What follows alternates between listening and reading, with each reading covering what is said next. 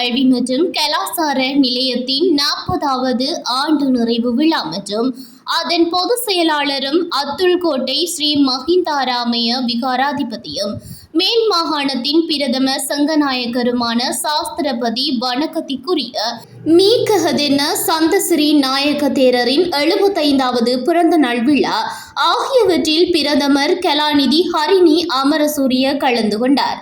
1986ஆம் ஆண்டு முதல் ஜப்பானுக்கும் இலங்கைக்கும் இடையிலானதொரு நட்புறவு பாலமாக செயற்பட்டு இந்நாட்டு பிள்ளைகளின் முன்னேற்றத்திற்காக ஸ்ரீலங்கா நிப்போன் கல்வி மற்றும் கலாசார மத்திய நிலையம் ஆற்றிய மகத்தான சேவையை பாராட்டுவதே இவ்விழாவின் பிரதான நோக்கமாக அமைந்தது.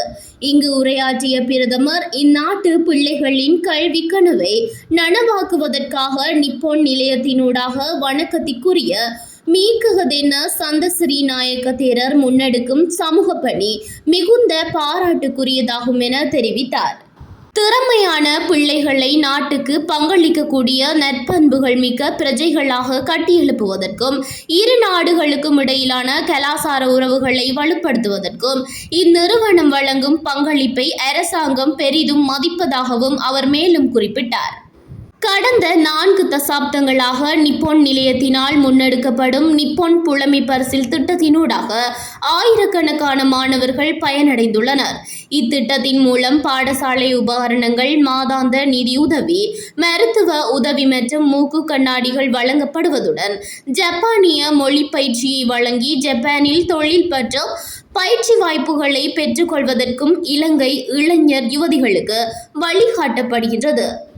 அத்துடன் இரு நாட்டு மாணவர்களுக்கிடையிலான பரஸ்பர புரிந்துணர்வை மேம்படுத்துவதற்காக ஆண்டுதோறும் ஏற்பாடு செய்யப்படும் ஜப்பான் சுற்றுப்பயணங்கள் மற்றும் ஒத்துழைப்பு திட்டங்கள் குறித்தும் இங்கு விசேட கவனம் செலுத்தப்பட்டது.